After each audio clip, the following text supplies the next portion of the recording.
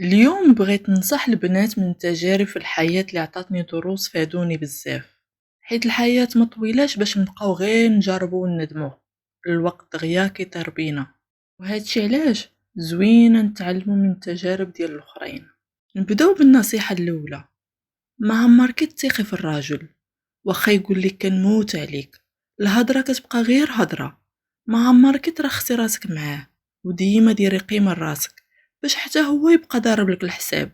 ما تكونيش مدلوله. ندوزو النصيحه الثانيه: نهار تزوجي ما تزربيش في الولاد حتى تعرفي راسك مع من، وحتى تعيشي الحياه شويه مع راجلك. الولاد راهم مسؤوليه كبيره. النصيحة الثالثة: ما عمرك تهملي راجلك، ديما عطيه الوقت وتهلاي فيه باش حتى هو يتهلا فيك. النصيحة الرابعة: ديري شي حاجة اللي تستافدي منها في حياتك.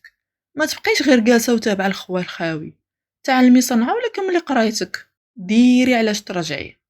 ندوزو النصيحة الخامسة: كوني قوية وفكري في مصلحتك قبل مصلحة الآخرين.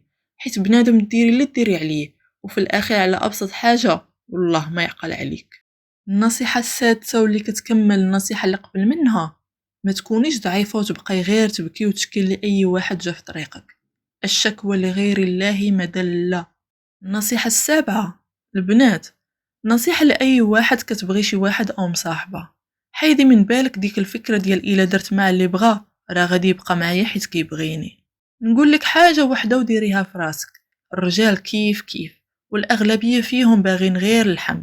عمرك تكوني سهلة أو تعطيه اللي طلب منك، حيت غير غادي ياكل ويلوحك. من الأخر اللي بغاك غادي يجي لداركم. ديري لراسك قيمة باش حتى هو يديرها لك. شوفوا، اي بنت كتفرج في هذا الفيديو كوني اكيد الا مشيتي حتى درتي بالنصائح ديالي ما غاديش تندمي على شحال من حاجه في حياتك، وغادي تستافدي من بزاف ديال الوقت اللي ممكن تضيعيه وانت كتبكي على راسك. خليت لكم الراحه وشي دعوه الخير ليا.